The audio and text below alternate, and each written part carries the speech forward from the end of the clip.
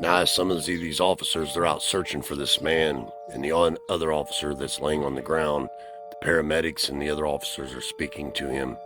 And about that time, we heard a loud, blood-curdling scream from a distance. Most of the officers rushed door to door, knocking on doors, trying to find out where they heard the scream from. Um, Nothing. Literally every house in the neighborhood, they knocked on the door. They didn't see or hear anything, and everybody seemed to be fine. That's when the officers brought in the canines. Now, they started searching the yards, and they searched the creek beds. They searched almost every house that you can think of, and they even looked for trails of blood, which couldn't be found nowhere, which was also odd, because now we're thinking that if it didn't come from him, where did these arms come from? Now, this was a search I'd never seen before. They spent hours. They brought in other resources. They literally combed this entire neighborhood, every neighborhood adjacent to it, within miles around. They looked for this man who was on foot. They couldn't find him. They couldn't even find a trace of the man. They took fingerprints of the windowsill where the hand was inside my house. They did everything to try to find this man.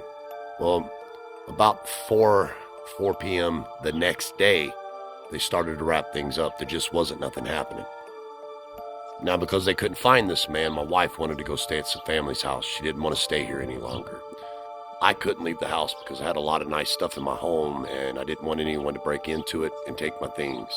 Whatever was going on, I'll just deal with it when it happens. Until 1:45 a.m.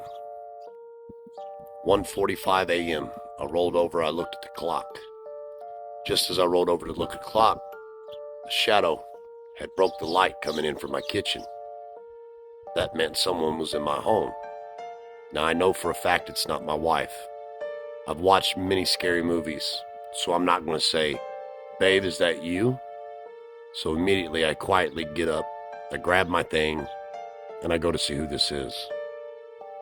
I come out of my bedroom very slowly, and I'm trying to peek around the corners to see if I could get a look. Everything is dark except for the one small light that's on in my kitchen.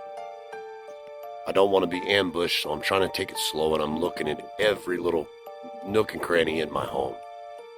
Just as I get into the kitchen, there's a small wall there, and as I pass that wall, all I seen was a foot, and I was asleep, knocked straight out, right there on the floor.